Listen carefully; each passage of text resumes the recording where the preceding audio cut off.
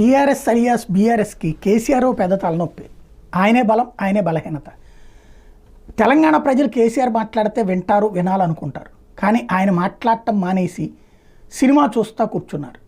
ఓ పక్కన పార్టీ విలీనం అయిపోతుందన్న, ఒకనాడు కాంగ్రెస్ పార్టీలో విలీనం అవుతుంది అన్నటువంటి ప్రచారం జరిగింది. ఇప్పుడు బీజేపీలో విలీనం జరుగుతుందన్న ప్రచారం జరుగుతుంది. ఇద్దరు 2 పార్టీలు విలీనం చేసేశారు. అంతేగాని 39 స్థానాలు గెలుచుకున్నటువంటి పార్టీ, 4 బలమైన నాయకులు ఉన్నారు ఆ పార్టీకి. కేసీఆర్, కేటీఆర్, హరీష్ రావు, కవిత, ఇంకా సంతోష్ రావు, ఇంతమంది ఉన్నారు.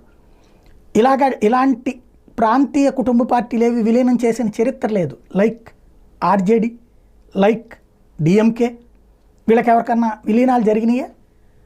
జేడీయూ ఎవరైనా విలీనం అయ్యారా? సీట్లు ఎక్కువ కావచ్చు, తక్కువ కావచ్చు, పెరగచ్చు, తగ్గచ్చు. కానీ కాకపోతే భవిష్యత్తులో ఓ ప్రాబ్లం ఉంటుంది. లైక్ కర్ణాటకలో బీజేపీ కాంగ్రెస్ పుంజుకుని